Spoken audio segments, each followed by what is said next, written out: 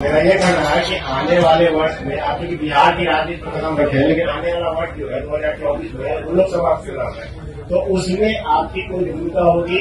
और दूसरा है कि जो भी वर्तमान में राजनीति है वो गठबंधन को लेकर के है, तो क्या ऐसा कहीं दिख रहा है आपका कि किसी के साथ आप इलाज भी कर सकते हैं बिहार की राजनीति में? पहली बात आप ये समझिए कि जब मैंने पदयात्रा शुरू की उसी दिन ये बताया है कि दल तभी बनेगा जब मैं करीब करीब पूरा बिहार पैदल चल लूंगा। तो लोकसभा से पहले तो अभी हम आधा बिहार ही कर पाए हैं, 2-4-5 जिला और कर लेंगे।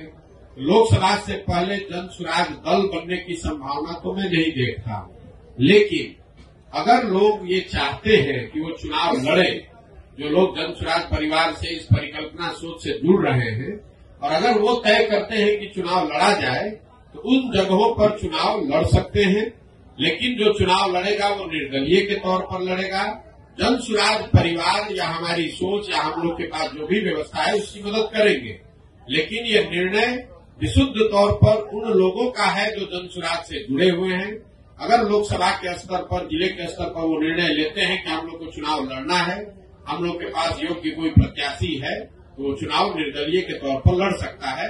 इसका एक उदाहरण आपने देखा होगा, पहले 5 जिलों में जब हम लोग पैदल चल लिए तो वहां पर एक उपचुनाव हुआ, कई उपचुनाव हुए, लेकिन उसमें एक शिक्षा के एमएलसी का भी चुनाव हुआ।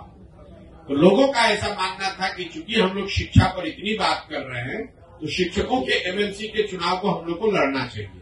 तो उन 5 जिले के जन स्वराज के साथियों ने मिलकर ये तय किया और अपने में से अफाक अहमद जी को चुनकर प्रत्याशी बनाया गया। वो लड़े निर्दलीय के तौर पर, लेकिन चुनाव जीते, अभी एमएलसी भी है। तो लोकसभा में ये संभव है कि जन स्वराज के जो साथी जिन जिलों में हम लोग पदयात्रा कर चुके या जहां पर वो संगठन बन गया है, वहां पर अगर वो तय करते हैं कि चुनाव लड़ना है, उनके पास उनकी नजर में कोई योग्य उम्मीदवार होगा तो उम्मीदवार निर्दलीय के तौर पर लड़ सकता है। जन स्वराज दल के तहत कोई चुनाव लड़ने की अभी संभावना नहीं है। दल तभी बनेगा जब मैं पूरे बिहार की या ज्यादातर बिहार की पदयात्रा पूरी कर लूंगा। दूसरा आपने कहा गठबंधन की, तो कोई संभावना नहीं है, इसको लिख लीजिए बिल्कुल बोल्ड शब्द में।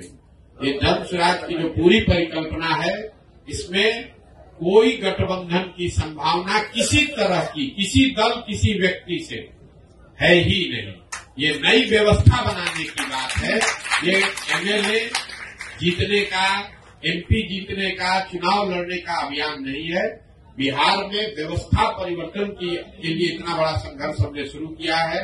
हमको 10, 20, 50 एमएलए जिताने में कोई दिलचस्पी नहीं है, एमएलए जिताने में भी दिलचस्पी नहीं। हमारी दिलचस्पी है कि बिहार को जीता जाए, लेकिन बिहार को सही लोगों के साथ जीता जाए, उनके पास सही लोग जीते और उनके पास योजना हो, तभी बिहार सुधरेगा।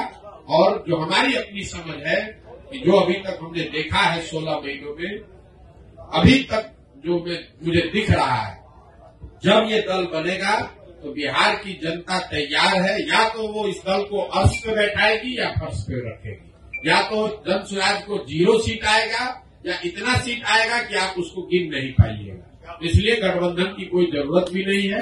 ये संभव है कि सारे प्रयास के बावजूद जनता इससे इत्तेफाक न रखे, लेकिन अगर इत्तेफाक रखेगी तो ये मॉडल ही ऐसा है कि इसमें या तो आप पूरा ही आपका है या नहीं तो कुछ भी आपका नहीं।